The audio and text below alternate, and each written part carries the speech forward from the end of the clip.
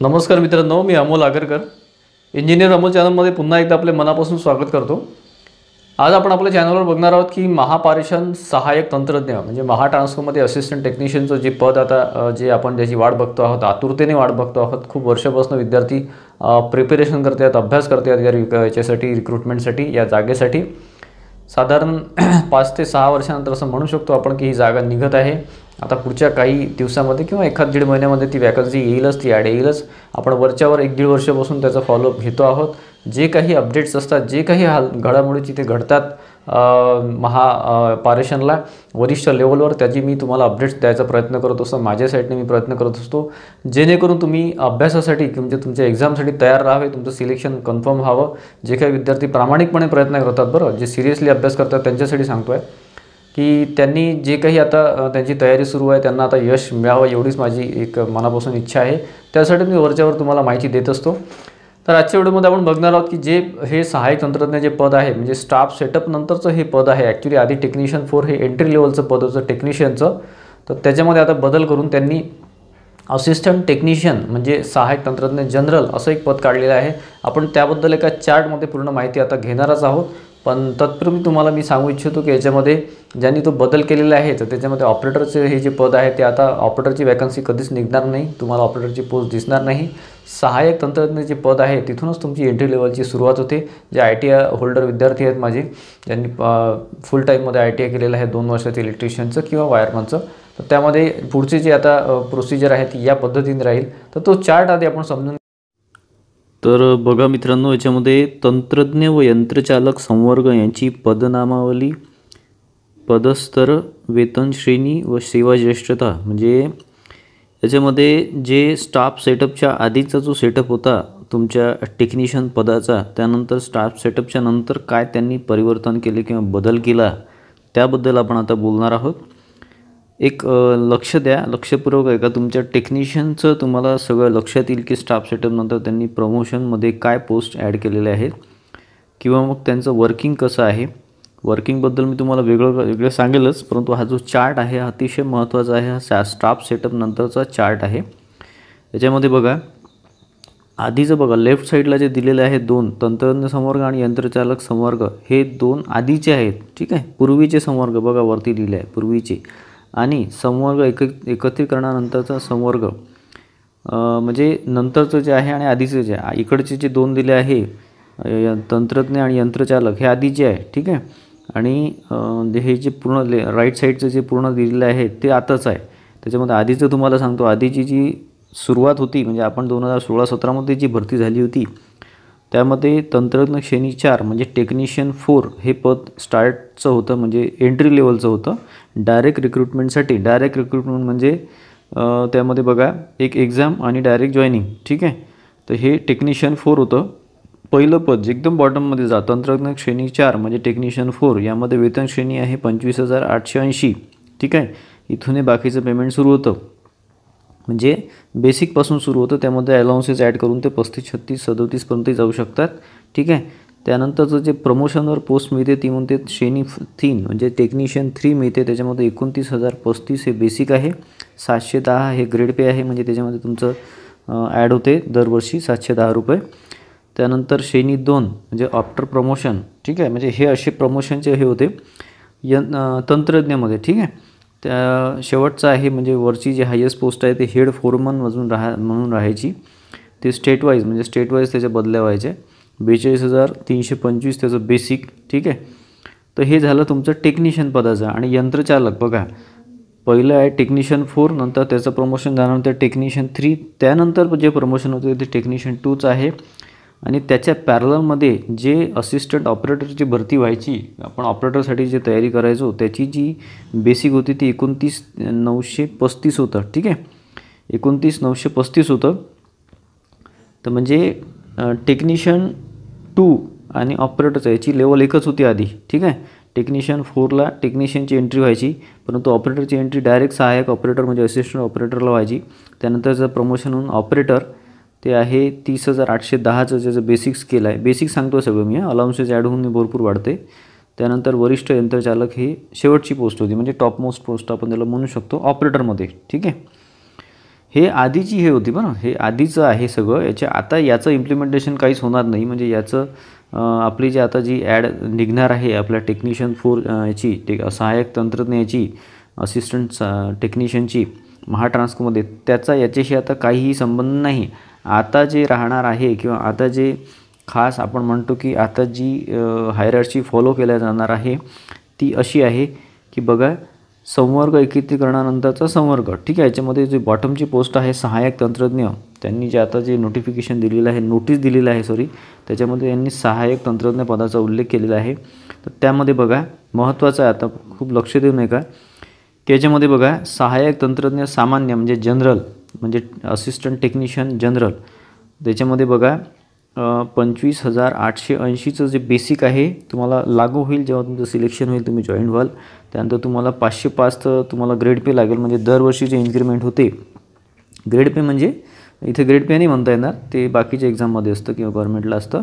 हे इन्क्रिमेंट आहे, म्हणजे तुम्हाला हे जे 505 दिलं आहे बॉटममध्ये बघा 505 दिलेले आहे, तर ते तुम्हाला दरवर्षी लागू होतं. म्हणजे दरवर्षी तुम्हाला बेसिकमध्ये 505ने तुमची पगार वाढतो. बेसिकमध्ये 505 म्हणजे टोटल सॅलरीमध्ये डबलचा पगार वाढतो, म्हणजे साधारण 1000 रुपये वाढतात आणि DA वाढतात ते वेगळे. ठीक आहे, म्हणजे असं वर्षातून 3 वेळा पगार हा कमीत कमी वाढत असतो गव्हर्नमेंटचा किंवा आपल्या याच्यामध्ये. ठीक आहे, तर त्यानंतर तुम्ही जेव्हा 505 असं वाढून 25वरून 28वर जाता तेव्हा तुमचं 28,405 हे स्केल होते. त्यानंतर असं वाढत 50,835पर्यंत तुमचं स्केल जाते. असिस्टंट तंत्रज्ञ म्हणजे असिस्टंट टेक्निशियनचं पद आहे. त्याच्यानंतर तंत्रज्ञ 2 यावर तुमची बढती होते. साधारण माझ्या माहितीप्रमाणे 3 ते 5 वर्षात तुमची बढती होती. हे डिपेंड्स ऑन तुमचे परफॉर्मन्स वगैरे.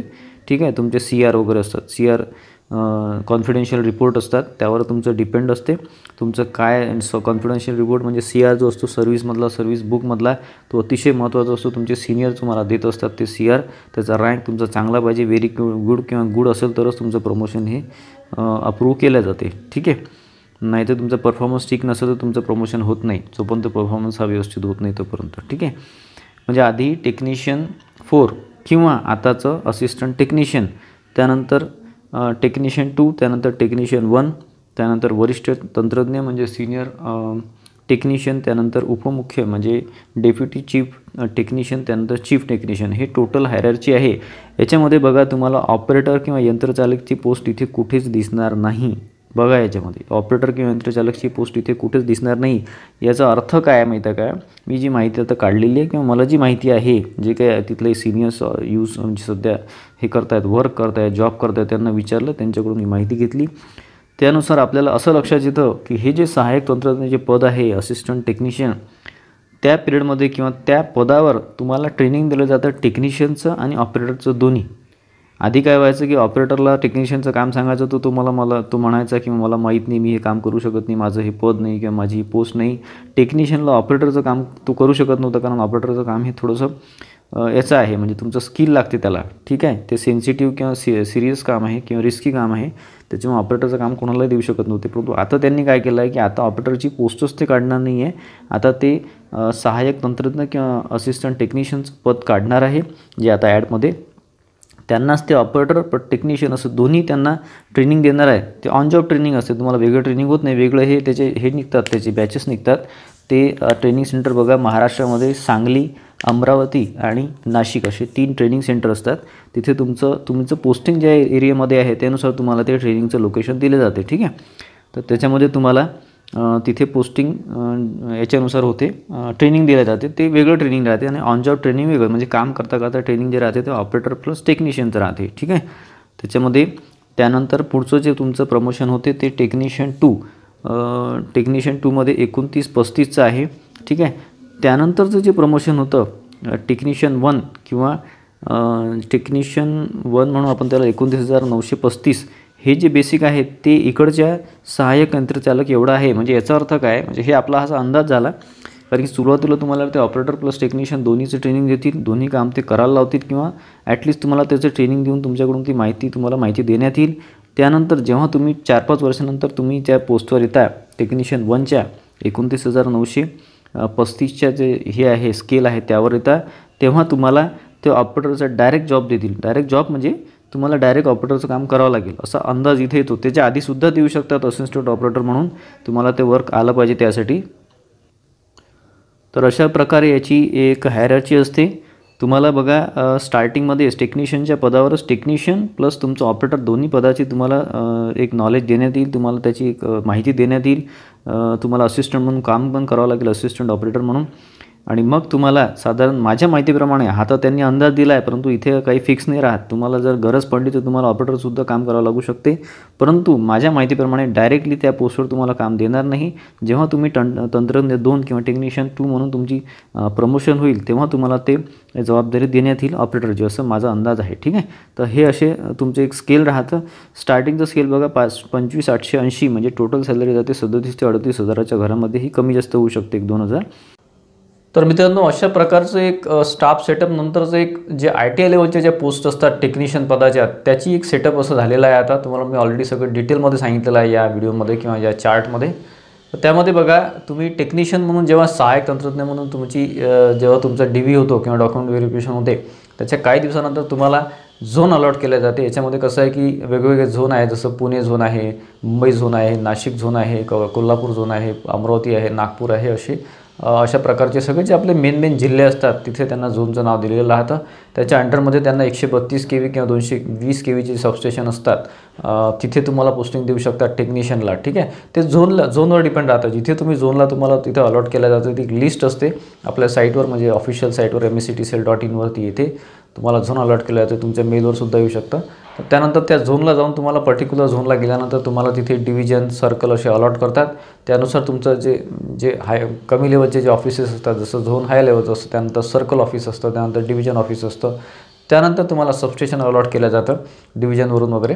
तर तिथे तुम्हाला 132 किंवा 220 kV डिपेंड्स ऑन म्हणजे तुमचा एरिया आहे. जर तुम्ही डिस्ट्रिक्ट लेवलचं काम करत असाल, तालुका लेवलला काम करत असाल, तर डिस्ट्रिक्ट लेवलमध्ये तुम्हाला 220 kV आणि डिवाय हेडेड वगैरे राहते. आणि जे तुमचं तालुका लेवलला राहतात ते अलग डिपेंड आहे तुमच्या एरियानुसार. तालुका लेवलला AE-डेडसुद्धा राहू शकतं. आता ते डिवाय हेडेडच जास्त करत आहे, डिवायच्या पोस्ट त्यांनी वाढवलं असल्यामुळे. आणि त्याच्यामध्ये तुम्हाला 132 kVवर काम करावं लागू शकते. तर तुमचे जे इन्चार्ज असतात ते प्रोबेबली म्हणजे शक्यतो तुमचे डिवाय हेड राहतात, म्हणजे तुमच्या ज्या पूर्ण सबस्टेशनचे जे हेड राहतात ती डिवाय हेडेड राहते किंवा मग AE-डेडसुद्धा राहू शकते. काही जे कमी पॉवरचे आहेत किंवा 132 kV वगैरे आहे तर तिथे AE-हेडेड म्हणजे असिस्टंट इंजिनियर हेडेडसुद्धा ते राहतात. त्याचे इन्चार्ज जे असिस्टंट इंजिनियर राहतात किंवा डिवाय राहतात. ठीक आहे. त्याच्यानंतर तिथे बाकीच्या पोस्ट असतात. जर तुमचे जुने JE जर तिथे असतील, कनिष्ठ अभियंता असतील, JE असतील, ते सुद्धा राहतात. आता JEच्या पोस्ट ते काढत नाही जास्त, त्यामुळे JEची संख्या तिथे कमी आहे. त्याच्यामध्ये तुमचे सिनियर ऑपरेटर असतील, चीफ ऑपरेटर असतील किंवा मग तुमचे सिनियर टेक्निशियन असतील, हे सुद्धा तिथून तुमचे ते इन्चार्ज राहतात. म्हणजे तुमचे जे रिपोर्टिंग आहे, तुम्हाला जिथे रिपोर्टिंग करायचं आहे ते सिनियर टेक्निशियन किंवा सिनियर ऑपरेटरसुद्धा राहतात. ते तुम्हाला काम अलॉट करतात, तुम्हाला ते काम सांगतात. सुरुवातीला एंट्री लेवलला तुम्हाला टेक्निशियन म्हणून जे काम करायचं आहे, असिस्टंट टेक्निशियन म्हणून, तर तुमचं सपोज तुम्हाला 220 kVचं त्यांनी दिलं किंवा 132 kVचं सबस्टेशनमध्ये तुम्हाला काम दिलं. ॲक्च्युअली त्याच्यामध्ये सबस्टेशनला पण काम देऊ शकता, ते ऑफिशियल लेवलला पण काम देऊ शकतात. तुम्हाला ऑफिशियल लेवलला म्हणजे एकदम क्लिरिकल नाही राहणार, तिथे तुम्हाला ते टेक्निकल बेसिस काम देतील, परंतु ते कामाचे प्रकार असतात. प्रोजेक्टमध्ये वगैरे सुद्धा काम ते देऊ शकतात. शक्यता कमी आहे, कारण शक्यतोवर ते फील्डवर वर्क देतात, पूर्ण सबस्टेशनला देतात. त्यानंतर प्रोजेक्ट बेस आहे किंवा मग इन्फ्रास्ट्रक्चर रिलेटेड आहे, तिथे ते इंजिनियर शक्यतोवर ते इंजिनियर कॅटेगरी ठेवतात तिथे. परंतु जर त्यांना असं वाटलं की ते जे डिव्हिजनचे हेड असतात, जसे एक्झिक्युटिव्ह इंजिनियर वगैरे किंवा SE वगैरे जे सर्कलचे हेड असतात, ते तुम्हाला अलॉट करतील, ते वर्क तुम्हाला करावं लागतं सुरुवातीला, कारण तुम्ही ट्रेनिंग म्हणून असता. म्हणजे पोस्ट तुमची ट्रेनिंग म्हणून नसते, विद्युत सहाय्यकसारखं ट्रेनिंग म्हणून तुम्हाला ठेवत नाही. परंतु तुम्ही जे सहाय्यक तंत्रज्ञ हे जे पद आहे तेच म्हणजे सहाय्यक म्हणजे असिस्टंट म्हणून तुम्ही असता. एखाद्या टेक्निशियनचे किंवा एखाद्या ऑपरेटरचे असिस्टंट म्हणून तुम्हाला काम करावं लागते. तुम्हाला डिव्हिजनचे जे हेड आहे, एक्झिक्युटिव्ह इंजिनियर वगैरे, ते तुम्हाला वर्क अलॉट करतात. ठीक आहे. आपण फॉर एक्झाम्पल बघू, जर तुम्हाला 132 kV किंवा 220 kVमध्ये तुम्हाला वर्क करायला दिलं ॲज अ असिस्टंट म्हणून, तिथे तुम्हाला रिक्रूट केलं, तुमचं तिथे पोस्टिंग दिली, तुमची ऑर्डर तिथे काढली, तर त्यामध्ये तुम्हाला त्या एरियामध्ये तिथेच तुम्हाला त्या लोकॅलिटीमध्ये राहावं लागतं. शक्यतो तुमचं जर अपडाऊन होऊ शकत असेल 15-20 मिनिटावर जर तुम्ही राहू शकत असाल तर फारच चांगलं, किंवा अर्धा तासावर तुमचं अपडाऊन वगैरे तुम्ही करू शकता. कारण की हे कसं आहे की तुमचं जे जॉब ड्युरेशन राहते हे शिफ्टमध्ये राहते. महाट्रान्सकोमध्ये किंवा महाजेनकोमध्ये शिफ्टमध्ये वर्किंग राहते. महावितरणसारखं जनरल शिफ्ट किंवा तुमचं डे टाईम वगैरे इथे काही नसतो. आणि महावितरणमध्ये हा 24/7चं वर्किंग राहते. म्हणजे तुम्हाला दिवसातून कधी काम पडू शकतं, याच्यामध्ये तसं नाही आहे. याच्यामध्ये तुमचे जे शिफ्ट असतात, आता आधी असं व्हायचं, अजूनही त्या प्रथा चालते आहे, ती पद्धत आहे, परंतु ती नियमात बसत नाही ॲक्च्युली. त्याच्यामध्ये कसं आहे की तुम्हाला एकदम म्हणजे एका शिफ्टमध्ये समजा आता तुमची सकाळी 7 ते दुपारी 2-3 पर्यंतची शिफ्ट असेल, तर काही ठिकाणी असं होतं की एकदम ॲट अ टाईम 3-3 शिफ्ट करतात. म्हणजे 24 तासाची शिफ्ट, 8 ते 24 तासाची एक शिफ्ट पूर्ण करायची, नंतरचे 2 दिवस तुम्ही घरी राहून तुमची रेस्ट घेऊ शकता किंवा तुम्हाला जे वाटलं ते करू शकता. अशी एक पद्धत आहे, परंतु ही नियमात बसत नाही, असं हे चालत नाही. परंतु बऱ्याच ठिकाणी असं होते, म्हणजे आठवड्यातून तुम्हाला फक्त 2 दिवस जावं लागते. ते 24-23 तासाची ड्युटी राहते. महिन्यातून तुमचे 24 तासाचे असे 8 दिवस तुम्ही केले की बाकी तुम्हाला दिवस द्यायची गरज पडत नाही. हे एक साधारण प्रथा आहे किंवा साधारण पद्धत चालू होते. परंतु आता याच्यावर थोडेसे नियम आले आहेत किंवा ही पद्धत कदाचित बंद होऊ शकते किंवा झाली असेल काही ठिकाणी. ठीक आहे. तर त्याच्यामध्ये एकंदरीत तुमची 8 तासाची ड्युटी राहते. त्याच्यामध्ये तुम्हाला ॲज अ असिस्टंट टेक्निशियन म्हणून तुम्हाला जे तुमचे सिनियर टेक्निशियन आहे किंवा म्हणजे टेक्निशियन आहे त्यांना हेल्प करावं लागते. त्यांना हेल्प म्हणजे काय की त्याच्यामध्ये जे काही वर्किंग चालते आपल्या सबस्टेशनमध्ये, त्याच्यामध्ये बरंच आहे. म्हणजे तुमचे जे पार्ट्स असतात आपल्या सबस्टेशनमध्ये जे आपण यूज करतो, जसं आयसोलेटर आहे, सर्किट ब्रेकर आहे किंवा पॉवर ट्रान्सफॉर्मर आहे किंवा तुमचे बाकीचे जे लाईनचं जे मेंटेनन्स आहे ते तुम्हाला करावं लागते. काही एखादा पार्ट खराब झाला असेल तर त्याचं मेंटेनन्स करावं लागते. त्याचं तुम्हाला सांगावं लागते की बा याच्यामध्ये जे तुमचे वरिष्ठ आहे त्यांना सांगावं लागते किंवा ते तुम्हाला आधी ट्रेनिंग देतील काही दिवस, एक वर्षभर तरी तुम्हाला त्यांच्यासोबत काम करणे अपेक्षित आहे. परंतु आता परिस्थिती अशी झालेली आहे की आता काम करण्याला व्यक्ती नसल्यामुळे किंवा लेबर म्हटल्यापेक्षा वर्कर नसल्यामुळे ते कुठलंही काम कुणालाही सांगतात. म्हणजे फॉर एक्झाम्पल तुमचं आता तुम्ही टेक्निशियन म्हणून काम करतायत किंवा ट्रेनिंग घेत आहेत, तर तुम्हाला ते ऑपरेटरच्या अंडरमध्ये ठेवून, म्हणजे तिथे जे ऑपरेटर असतात, असिस्टंट ऑपरेटर किंवा ऑपरेटर, याच्यासोबत तुम्हाला काम करायला लावून तिथलं जे ऑपरेटरचं सिस्टीम आहे ते सुद्धा तुम्हाला शिकवू शकतात. किंवा तिथलं जे छोटे मोठे जे काम असतात, जास्त आणि कंट्रोल पॅनलवर जे काही नोटिंग असतात किंवा तिथे कंट्रोल पॅनलमध्ये जे काही आपण तिथे बसतो सबस्टेशनला किंवा ऑपरेटर जे मेन ऑपरेटर बसतात त्यांना तिथे ते बसून मग तिथं ते रीडिंग नोट करतात किंवा डेली बेसिसवरचं रीडिंग राहतं. त्याच्यामध्ये व्होल्टेज लेवल, करंट लेवल, त्यानंतर बाकीचं पॉवर फॅक्टर वगैरे जे काय आहे ते पूर्ण म्हणजे खूप मोठं ते कंट्रोल पॅनल राहतं. तुम्ही बघितले असेल बऱ्याच विद्यार्थ्यांनी. तर ते राहतं, त्याच्यावर ते नोटिफिकेशन घ्यावं लागतं. त्याच्यावरचे म्हणजे 1-1 तासाने 2-2 तासाने त्याची रीडिंग कसे काय चेंज होतात, लोड कसा काय चेंज होतो, करंट व्होल्टेज कसं काय चेंज होतं, पॉवर फॅक्टर कसं काय चेंज होतो, ते सगळं तुम्हाला तुमच्या याच्यामध्ये नोट करून ठेवावं लागते. रजिस्टरमध्ये करावं लागते आणि ऑनलाईनसुद्धा करावं लागते. ऑनलाईनसुद्धा तिथे एंट्री करावं लागते. तुम्ही त्यासाठी कॉम्प्युटर एक्सपर्ट असाल तर व्हेरी गुड. एक्सपर्ट म्हटल्यापेक्षा MSc IIT झालं असेल किंवा तुमचं ऑफिस रिलेटेड MS ऑफिस असेल, पॉवर पॉईंट असेल, हे तुमचं चांगलं असेल, एक्सेल चांगलं असेल तर वेल अँड गुड. तुमचं बरंच काम तिथेच होऊन जातं तुम्हाला, कारण सगळे एंट्रीज तुम्हाला ऑनलाईन घ्यावं लागतं. तिथे तुमच्या SAPचं सिस्टीम असतं पूर्ण, त्या SAP सिस्टीममध्ये तुम्हाला त्याचं ट्रेनिंग दिलं जातं. तुमचे जे ट्रेनिंग होतात ऑन जॉब ट्रेनिंग हे वेगळं, ऑन जॉब ट्रेनिंग तुम्हाला तुमचे सिनियर देतात. परंतु तुम्हाला वेगळं एक साधारण माझ्या माहितीप्रमाणे 1 ते 1.5 महिन्याचं ट्रेनिंग असतं टेक्निशियनचं तुमचं जॉईनिंग झालं. परंतु ते ताबडतोब होत नाही. ते तुम्हाला मधल्या पिरियडमध्ये ते कधी 1-2 महिन्यात 3 महिन्यामध्ये घेऊ शकतात किंवा 6 महिन्यामध्ये सुद्धा घेऊ शकतात. त्याचं काही कंपल्शन नसतं. नाशिक, सांगली आणि अमरावती या ठिकाणी तुमचं ट्रेनिंग होतं. पण तुमचं जे जवळचं लोकेशन आहे तुमच्या जॉब लोकेशनच्या, जसं तुम्ही फॉर एक्झाम्पल अमरावतीला वर्क करत असाल किंवा तुम्ही जवळपासच्या यवतमाळला किंवा अकोल्याला वर्क करत असाल तर तुम्हाला अमरावती ट्रेनिंगचं तुमचं हे दिलं जातं, लोकेशन दिलं जातं. तिथे प्रॉपर तुमची राहायची वगैरे सोय राहते, सगळी सोय राहते. त्याच्यानुसार तुमचं तिथे ट्रेनिंग चालतं. 1 ते 1.5 महिन्यामध्ये कमीत कमी जे ट्रेनिंग राहतं त्याच्यामध्ये तुम्हाला सगळ्या गोष्टी शिकवल्या जातात. ठीक आहे. आणि जेव्हा तुम्ही जॉब करता किंवा असिस्टंट टेक्निशियन म्हणून काम करता तेव्हा तुम्हाला टेक्निशियनचं जे काम आहे, जसं मेंटेनन्सचं आहे किंवा काही रिप्लेसमेंट आहे, काही बिघाड झालेला आहे, इक्विपमेंटमध्ये बिघाड झालेला आहे, छोट्या मोठ्या ज्या गोष्टी असतात तर तुम्हाला करावं लागेल. एकदम काही खूप मोठं रिस्पॉन्सिबिलिटी देणार नाही सुरुवातीला. आणि जर तुम्ही ऑपरेटर म्हणून असिस्टंट ऑपरेटरच्या सोबत म्हणजे त्याच्या जे काही आहे तिथे ऑपरेटर असतात त्यांच्यासोबत जर काम करत असाल ॲज असिस्टंट म्हणून, तर तुम्हाला ऑपरेटरचं जे काही आहे म्हणजे डेली रेकॉर्ड्स आहे, मंथली रेकॉर्ड्स आहे, इयरली रेकॉर्ड्ससुद्धा असतात. तुमचं ते ऑथरायझेशन लिस्ट राहते, या सगळ्यांचं तुम्हाला तिथे नोट करून ठेवावं लागते. तुम्हाला त्याचं खूप अलर्ट राहून, ऑपरेटरचे काम हे खूप सेन्सिटिव्ह आहे. कारण थोडी जरी चूक झाली तरी सगळं ऑपरेटर सबस्टेशनचं काम बसू शकतं किंवा काम बंद होऊ शकतं. त्यामुळे हे खूप सेन्सिटिव्ह काम राहते. छोट्या छोट्या गोष्टीसाठी चार्जशीट दिली जाते. तुम्हाला सांगतो लहान लहान गोष्टीसाठी चार्जशीट दिली जाते. कारण छोटीशी सुद्धा चूक तुमचासुद्धा जीव घेऊ शकते किंवा इतरसुद्धा कोणाच्या एम्प्लॉईच्या जीवावर येऊ शकतं किंवा बेतू शकतं. त्यामुळे या छोट्या छोट्या गोष्टीसाठी तिथे चार्जशीट दिली जाते. कारण छोटीशी सुद्धा चूक तुम्हाला करता येत नाही तिथे. ठीक आहे. त्यामुळे तुम्ही आतासुद्धा तुम्हाला सांगतो, आता तुम्ही जे टेक्निशियनचा अभ्यास करता त्यामुळे जास्तीत जास्त सेफ्टी प्रिकॉशन्स, आपलं सेफ्टीचे जे आपलं चॅप्टर आहे ते सेफ्टीचं चॅप्टर चांगला करून ठेवा. नंतर त्याच्यामध्ये आपण जे यूज करतो, इक्विपमेंट यूज करतो किंवा आपल्याला जे सेफ्टीसाठी जे दिले जातं, इक्विपमेंट दिले जातं त्याचीसुद्धा माहिती तुम्हाला असणं आवश्यक आहे. अतिशय सेन्सिटिव्ह जॉब आहे. जसं आता महावितरणमध्ये असतं, महावितरणसारखा पब्लिक कॉन्टॅक्ट इथे नाही आहे. परंतु तो एक ॲडव्हान्टेज आहे की पब्लिक कॉन्टॅक्ट नाही आहे. परंतु हे जे वर्क आहे हे जास्त रिस्पॉन्सिबिलिटीज आहे महावितरणपेक्षा सुद्धा. ठीक आहे. महावितरणचं सुद्धा महत्त्वाचं आहे, पण याच्यापेक्षा जास्त काय महत्त्वाचं आहे, कारण की याची कॅपॅसिटी खूप जास्त असते, खूप मोठा एरिया अफेक्ट होतो. 132 किंवा 132 KVमध्ये एखादा पूर्ण तालुका किंवा त्या तालुक्याच्या 1-2 साईडचे जे जवळपासचे खेडेगाव असतात, किती असतील ते 50-60 खेडेगाव ते लाटायचे असतात विलेजसाठी. त्याची जबाबदारी तुमच्यावर राहते. तुमच्यावर म्हटल्यापेक्षा तुमच्या सबस्टेशनवर राहते, जे इन्चार्ज असतात त्यांच्यावर राहते. त्याच्यामुळे काही चूक झाली तर तुम्हाला तिथे माफी नाही, हे लक्षात ठेवा. ठीक आहे. आणि 200 KVC जर असेल तर पूर्ण जिल्ह्याचंच तुम्हाला बरंच काही राहते, एरिया राहतो त्याच्यामध्ये. डिपेंड राहतं सगळा एरिया, सगळं अलग अलग असतं प्रत्येक ठिकाणी. तर टेक्निशियन म्हणून तुम्हाला हे वर्क करावं लागेल. आणि ऑपरेटर म्हणून तुम्हाला ऑलरेडी सांगितलेलं, ऑपरेटरचं बऱ्याच जणांना माहितीच असेल. तुम्हाला बसून काम असतं. बसून म्हणजे काय, तुम्हाला आता यार्ड पॅनलच्या तिथे बसावं लागतं, तुम्हाला तिथली तुमची ड्युटी राहते. आणि टेक्निशियन म्हणजे तुम्हाला यार्डमध्ये कुठेही फिरावं लागतं, कुठेही त्यांनी लाईनवर चेक करायला झालं किंवा कुठेही झालं, आपली मोठी लाईन असते ट्रान्समिशनची, तिथेसुद्धा तुम्हाला जावं लागू शकतं. काही तुमची अडचण आली, काही तिथे प्रॉब्लेम आला तर तुम्हाला ते सुद्धा काम करावं लागू शकतं. तर आशा करतो मित्रांनो की बऱ्यापैकी माहिती तुम्हाला मिळाली असेल. तुम्हाला टेक्निशियन म्हणून जॉईन झाल्यानंतर एक बेसिक माहिती हवी, तुम्हाला थोडंफार माहिती असणं आवश्यक आहे, त्याकरता मी माहिती दिली आहे. ॲक्च्युली ही माहिती किंवा वर्किंग प्रोफाईलवर जर बोलायला झालं तर 5-7-8 दिवससुद्धा मी बोलू शकतो, परंतु इतका वेळ मी इथे व्हिडिओ घेऊ शकत नाही. तुम्हाला एक शॉर्ट व्हिडिओमध्ये घ्यायचा प्रयत्न केलेला आहे मी याच्यामध्ये. तरी हा थोडा मोठा झाला. आणि याच्यामध्ये तुम्हाला आणखी काही माहिती अपेक्षित असेल, हवी असेल, तर तुम्ही मला कमेंट बॉक्समध्ये कमेंट करा. मी त्यावरसुद्धा एक व्हिडिओ घ्यायचा वेगळा प्रयत्न करेल. आजचा व्हिडिओ तुम्हाला आवडला असेल तर प्लीज लाईक करा आणि विद्यार्थ्यांमध्ये शेअर करा, जेणेकरून ही महत्त्वाची माहिती इतर विद्यार्थ्यांनासुद्धा मिळेल. ग्रुप्समध्ये शेअर करा. आणि आपल्या चॅनलला, इंजिनियर अमोल चॅनलला नक्कीच सबस्क्राईब करून ठेवा.